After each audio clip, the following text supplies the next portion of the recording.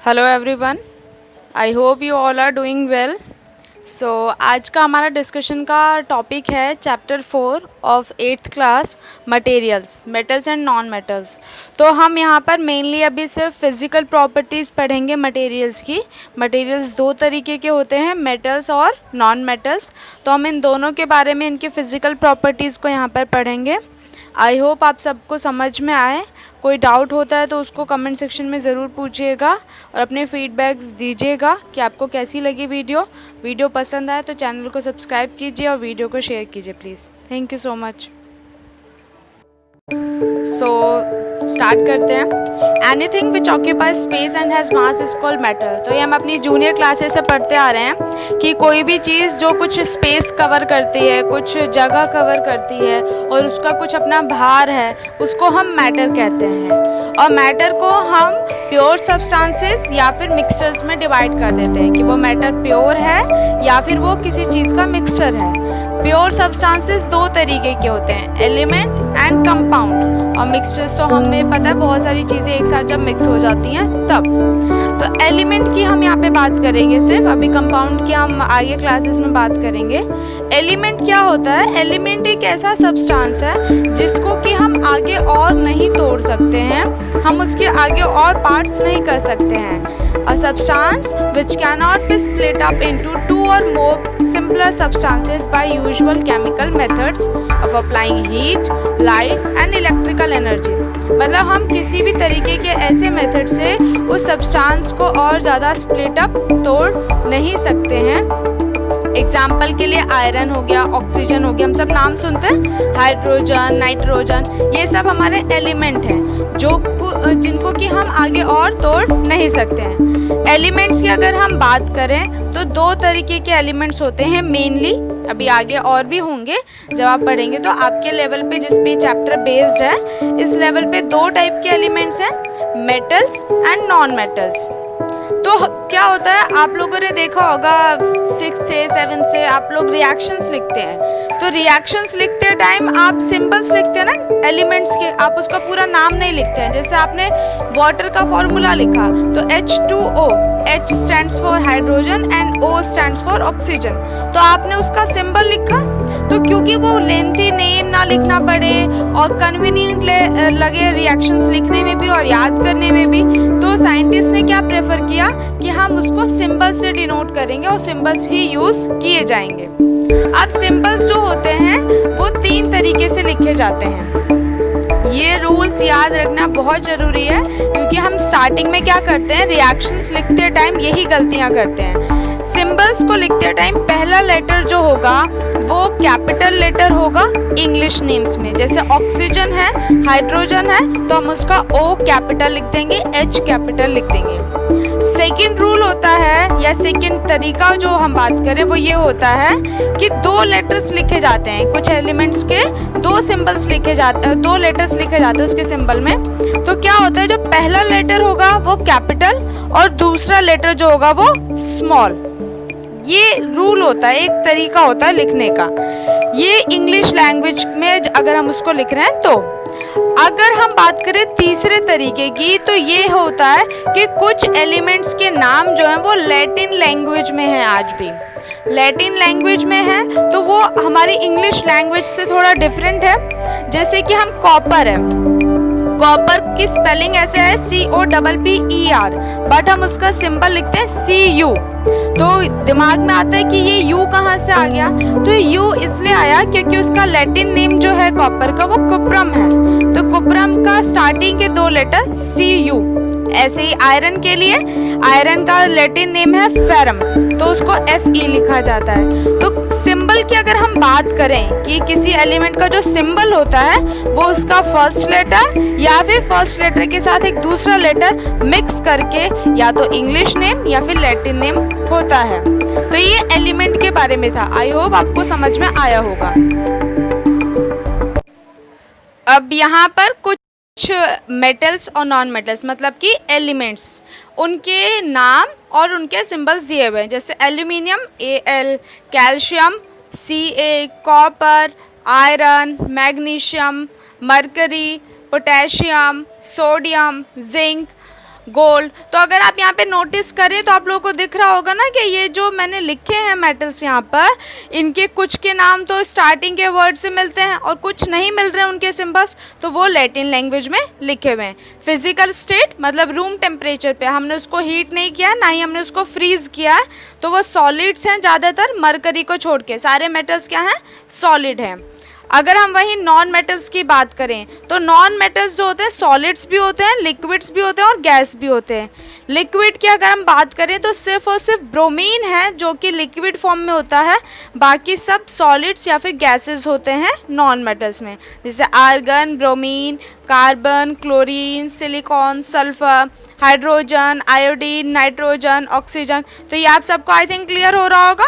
तो ये सारे हमारे नॉन मेटल्स हैं जिनकी रूम टेम्परेचर पे ये फिजिकल स्टेट होती है। आई होप आप सभी को ये समझ में आ रही होगी टेबल, और ये सिंबल्स याद कर लीजिएगा प्लीज़, क्योंकि रिएक्शंस में काफ़ी यूज़फुल होती हैं। अब बात करते हैं फिजिकल प्रॉपर्टीज़ ऑफ मेटल्स। सबसे पहले मेटल्स के बारे में पढ़ते हैं। तो अभी हमने टेबल में देखा ज़्यादातर मेटल्स क्या होते हैं, रूम टेम्परेचर पे सॉलिड होते हैं, सिर्फ किसको छोड़ के, मरकरी को छोड़ के। मरकरी एक ऐसा मेटल है जो कि लिक्विड फॉर्म में होता है और इसकी इसी खासियत की वजह से हम इसको थर्मामीटर्स में यूज़ किया करते हैं। जैसे हमने पढ़ा था ना 7th क्लास में, रेड कलर का लिक्विड, तो वो मरकरी होता है। They are generally hard and strong. Metals generally hard होते हैं काफ़ी और स्ट्रॉन्ग होते हैं।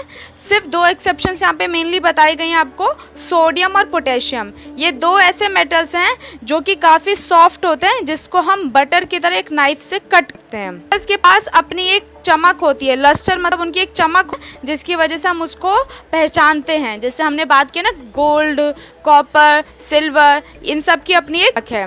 मेटल्स का मेल्टिंग और बॉइलिंग पॉइंट हाई होता है, मतलब उन्हें गर्म होने में टाइम लगता है, उनको पिघलने में टाइम लगता है। मेल्टिंग मतलब पिघलना, उसमें टाइम लगता है। लेकिन कुछ एक्सेप्शंस हैं, जैसे कि सोडियम, पोटेशियम, गैलियम, मरकरी, इनका बॉइलिंग पॉइंट और मेल्टिंग पॉइंट बहुत लो होता है। जैसे मरकरी थोड़ा सा टेम्परेचर बढ़ता है तो एकदम से बॉयल होना शुरू हो जाता है, अपना लेवल बढ़ा लेता है। तो ये इसकी एक्सेप्शंस है मेटल्स में। मेटल्स जो होते हैं वो हीट और इलेक्ट्रिसिटी के अच्छे कंडक्टर होते हैं, मतलब इजीली हीट और इलेक्ट्रिसिटी को कंडक्ट कर लेते हैं। और इनमें भी सबसे अच्छी कंडक्टिविटी किसकी होती है, सिल्वर एंड कॉपर की। ये बेस्ट कंडक्टर्स माने जाते हैं इलेक्ट्रिसिटी के। और फिर इसके बाद आते हैं गोल्ड और एल्यूमिनियम। ज़्यादातर इलेक्ट्रिकल वायर्स जो होती हैं वो कॉपर या फिर एल्यूमिनियम की बनाई जाती हैं, क्योंकि एक तो इनकी इलेक्ट्रिसिटी की कंडक्टिविटी अच्छी है, दूसरा ये हमारे नेचर में प्रेजेंट भी ज़्यादा है। सबसे ज़्यादा कंडक्टिविटी सिल्वर की होती है, इलेक्ट्रिसिटी की कंडक्टिविटी पावर जो होती है सिल्वर की होती है। बट क्योंकि सिल्वर काफ़ी कॉस्टली पड़ जाता है तो हम हर जगह सिल्वर को यूज़ नहीं कर सकते हैं, इसीलिए हम कॉपर या फिर एल्यूमिनियम यूज़ करते हैं। मेटल्स सोनोरस होते हैं। सोनोरस मतलब साउंड प्रोड्यूस करते हैं। जब हम उसे किसी चीज़ से टकराते हैं ना, तो या आपने देखा होगा घर में जब बर्तन गिरते हैं या स्कूल में बेल रिंग होती है तो वो क्या करता है, साउंड अलग से प्रोड्यूस होती है। क्यों? क्योंकि मेटल्स क्या हैं, सोनोरस हैं, साउंड प्रोड्यूस करते हैं। ज़्यादातर मेटल्स की टेंसाइल स्ट्रेंथ हाई होती है। टेंसाइल स्ट्रेंथ कहने का मतलब होता है लोड सहने की क्षमता, कि कोई कितना ज़्यादा खिंच सकता है, तो वो मेटल्स के पास काफ़ी ज़्यादा होती है। कुछ एक्सेप्शंस हैं, जैसे जिंक हो गया, एंटीमोनी हो गया, आर्सेनिक हो गया। इनकी टेंसाइल स्ट्रेंथ ज़्यादा नहीं होती है, ये थोड़े टाइम बाद टूट जाते हैं अगर इन पे ज़्यादा लोड दिया जाए तो ये थी कुछ प्रॉपर्टीज़, फिजिकल प्रॉपर्टीज़ मेटल्स की। अब यहाँ देखते हैं आगे और प्रॉपर्टीज़ हैं। They are malleable. मेलिएबल कहने का मतलब है कि हम उनको चाहें तो शीट्स में कन्वर्ट कर सकते हैं, उनको पीट करके हम शीट बना सकते हैं, पतला सा पेपर बना सकते हैं। जैसे हमारे फूड को रैप करने के लिए एल्यूमिनियम फॉइल होता है, तो वो उसका मेलिएबिलिटी पावर है कि हम उसको शीट्स में कन्वर्ट कर दे रहे हैं पीट करके। लेकिन सोडियम और पोटेशियम की बात करें तो हम उसके साथ ऐसा नहीं कर सकते, क्योंकि ये काफ़ी सॉफ्ट होते हैं और वो क्या हो जाएंगे, पाउडर फॉर्म में कन्वर्ट हो जाएंगे। दूसरी चीज़ है मेटल्स डक्टाइल होते हैं। डक्टाइल कहने का मतलब है हम उसको वायर्स में कन्वर्ट कर सकते हैं। तभी हमने बात की थी कि सिल्वर और कॉपर की वायर बनती हैं, क्योंकि हम उसको क्या कर सकते हैं, जितना लंबा खींचेंगे वो उतनी पतली वायर में कन्वर्ट हो जाएंगे। बट सोडियम और पोटेशियम ऐसा शो नहीं करते हैं। नेक्स्ट है कि मेटल्स की डेंसिटी हाई होती है। डेंसिटी वर्ड से समझ जाइएगा कि पानी में फ्लो करने की क्षमता। तो पानी में फ्लो करने की क्षमता मेटल्स में जो होती है वो हाई होती है। यहाँ पे कहने का मतलब है कि वो पानी में इजीली फ्लो नहीं होंगे, इनकी डेंसिटी हाई है तो वो डूब जाएंगे।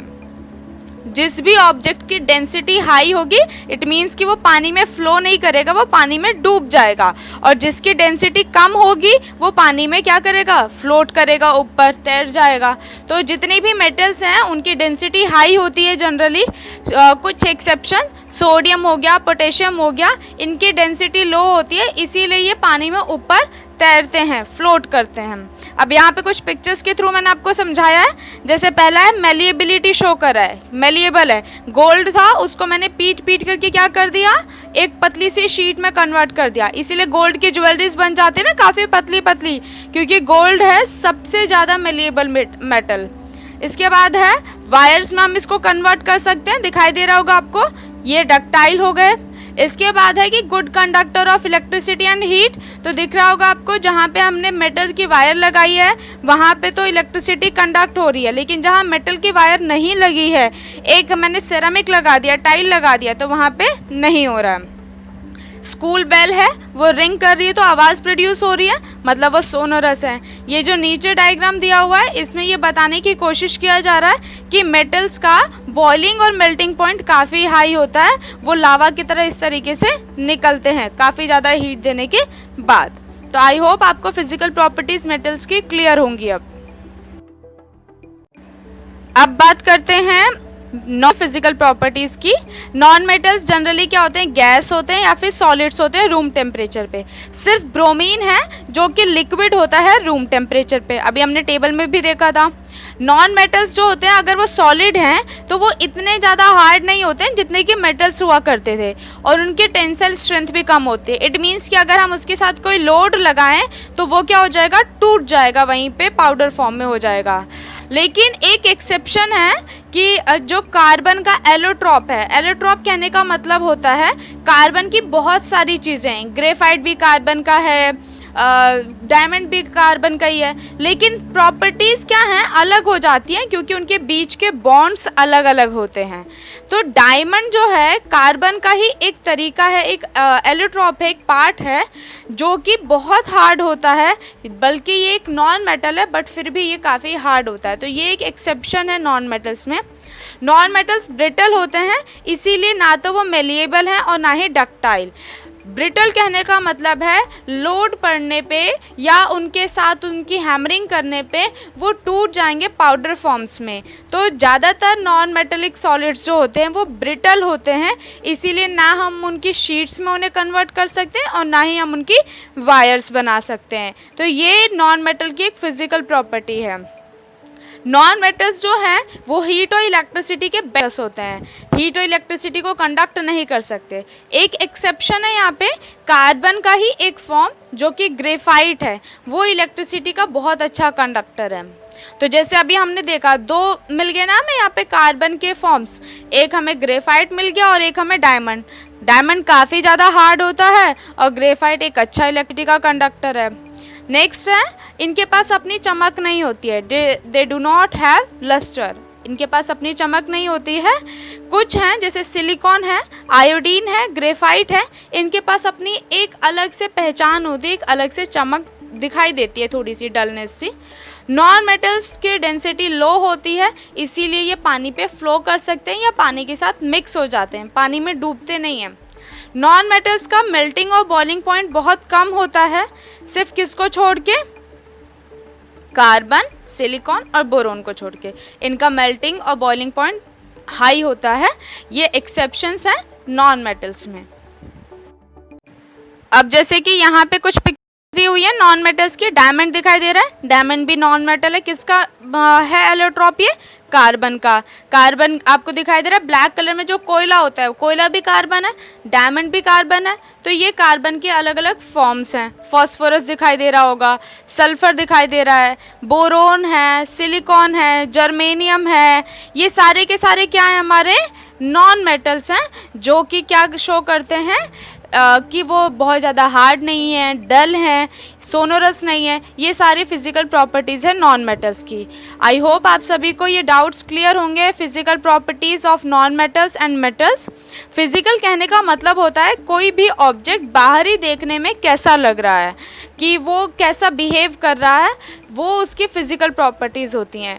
नेक्स्ट जो पार्ट हम डिस्कस करेंगे उसमें हम डिस्कस करेंगे केमिकल प्रॉपर्टीज़, कि वो ऑक्सीजन के साथ, वाटर के साथ कैसे रिएक्ट करते हैं। अभी के लिए फ़िज़िकल प्रॉपर्टीज़ था, कोई डाउट हो तो